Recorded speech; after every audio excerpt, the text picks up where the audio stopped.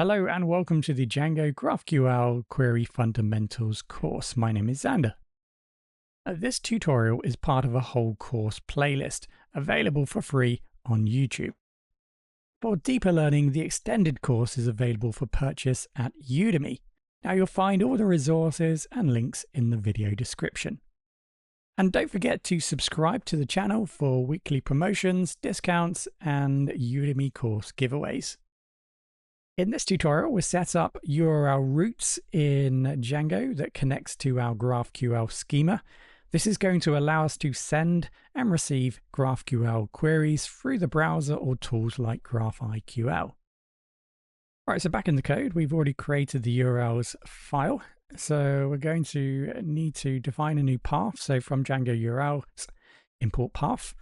We are then going to need the GraphQL view. So this is going to create a Django view that can handle GraphQL requests. So bring that in, and then we're going to need our schema. Remember, that ties everything together and is going to provide the entry point.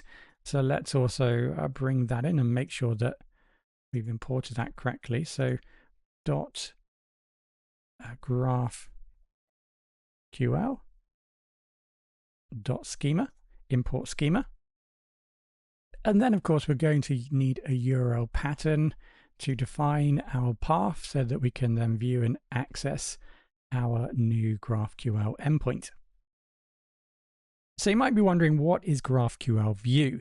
Like I said, it's a special view provided by Strawberry. It's what allows Django to understand and respond to GraphQL queries, kind of like how Django has views for handling regular HTTP requests. This view essentially knows how to accept incoming GraphQL queries. It's going to use the schema that we've defined previously, and then it's going to run the appropriate resolver in our case, and then return the results back to the client.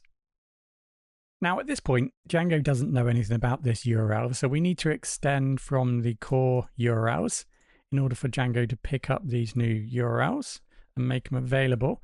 So we need to extend by using include, and then we create a new line, path include the Strawberry URLs.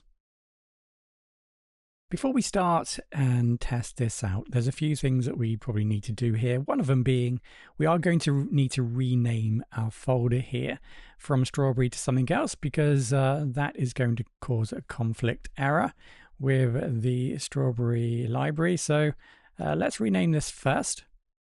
So I do apologize. I thought it was a good idea to call it Strawberry to begin with, so we knew what we were working with, but of course it will cause conflict. So I've changed it to a very imaginary name called Example. And so we're going to need to change the name here to Example in the apps here, Example. And then we're going to need to change the name in the core settings, Strawberry to the Example app. And then go over to core and URLs, just change that to example.urls, because that's the name of the new module. All right, so I apologize again. What might have happened is that because we've now changed the module to example, it's now changed all the Strawberry imports also to example. So let me just take you through everything that should be set. Just a quick recap before we start this. So in installed apps, the app now is called Example. Okay. In the URLs, we need to make sure that we have set the path to examples.urls. So make sure you've done that. So that's the two settings in core. And let's go into example. So first of all, let's start with queries. So just make sure that we're importing Strawberry and not example if your Visual Studio Code has changed that. So make sure that is in place. And then in the schemas, make sure you're importing from Strawberry and then strawberry.schema. And then in types, just make sure that we import in Strawberry, and we've got the @Strawberry types, not the @example types if Visual Studio Code has changed them. And then finally, let's make sure that the app here @.py is set to example config and name example. And also just make sure that there is a dot here before GraphQL. I think I accidentally removed it. So it should be from .graphql.schema, not from GraphQL without the dot. And that should be it. So If you do have any containers running from your previous setup, it should be working, but let's just start fresh. So I'll just go ahead and delete any containers. Right, so let's start up our containers, Docker Compose up. You don't necessarily need the build at this point if you already have the images, but I'm just going to run that anyway. So that will start the containers. Everything should be good, so you can inspect the containers just to double check everything's ready. So it looks like everything is set up correctly. If you do have any errors, just check what I just described, all those different elements, just to make sure everything is in place. But Django should provide you any hints here if there are any issues. And don't forget also the source code for this tutorial. You can find it connected to the first tutorial in this module, so you can go ahead and download the source code. Right, so open up your browser. Now, when you visit the home page, localhost 8000, you should see this page here. And it looks like we've got now two endpoints, the admin site and GraphQL. So let's try out GraphQL. And we can now see our interface, our GraphIQL interface, where we can now start to interface with our new resolver. Right, so this GraphIQL tool is a built-in tool that lets us write and test GraphQL queries right from our browser.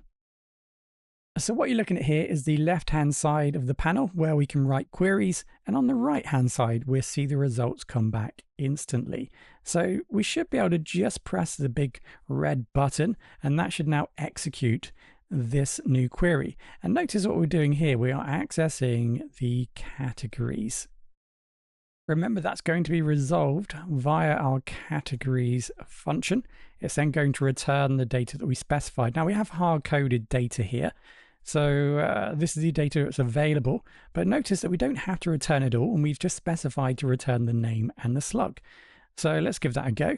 And you can see that we return books, books, fiction, fiction, which obviously correlates to the data that we have hard-coded here in our function.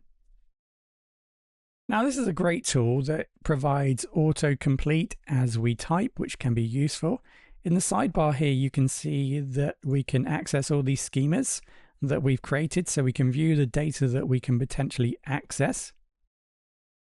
So here, if I select the category type, which relates to what we created previously, we can see all the fields that we can access and the data type it provides. Now remember, we did define the parent ID field as not required, and you can see it doesn't have an exclamation mark, whereas maybe you can just about see the other fields here, they all have exclamation marks at the end. So this field must always be returned. Apologies, what I mean that this field must always return a value. It cannot be null. The second option here, we have a history option, which allows us to quickly move in between different queries that we've created.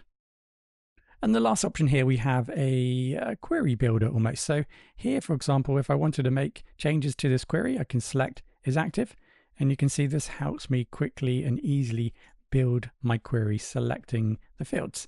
And you can see potentially I have ways of adding new queries and creating different interactions. We'll definitely be using this and other tools as we work through the course.